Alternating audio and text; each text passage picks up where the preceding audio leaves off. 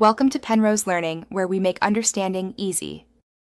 In this video, I will explain how to set up Google Gemini Photo. First, navigate to your Google account settings and locate the Gemini section. Here, you will find an option to enable Gemini's features.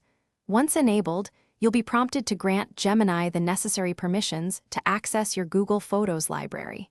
This crucial step allows Gemini to analyze and interact with your images. Finally, confirm your Google Photos application is updated to its most recent version for optimal performance and feature availability. After initial setup, it's important to manage Gemini's photo permissions. You can review and adjust these settings within your Google account.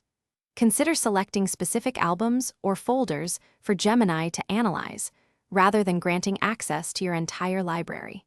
This provides more control over your data. Always understand the privacy implications of sharing your personal photos with any artificial intelligence, ensuring your comfort level with the access granted.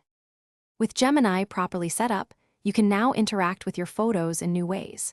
Simply open Gemini and ask questions about your images using natural language, such as "Find all photos of my dog at the park."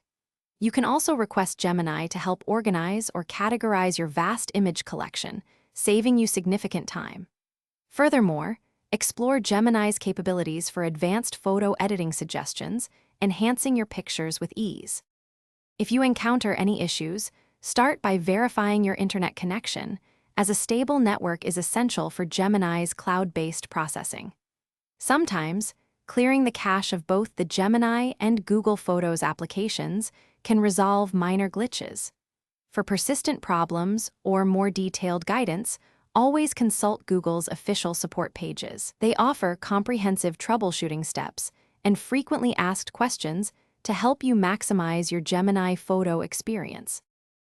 Thanks for watching. If this was helpful, leave a like and consider subscribing. See you next time.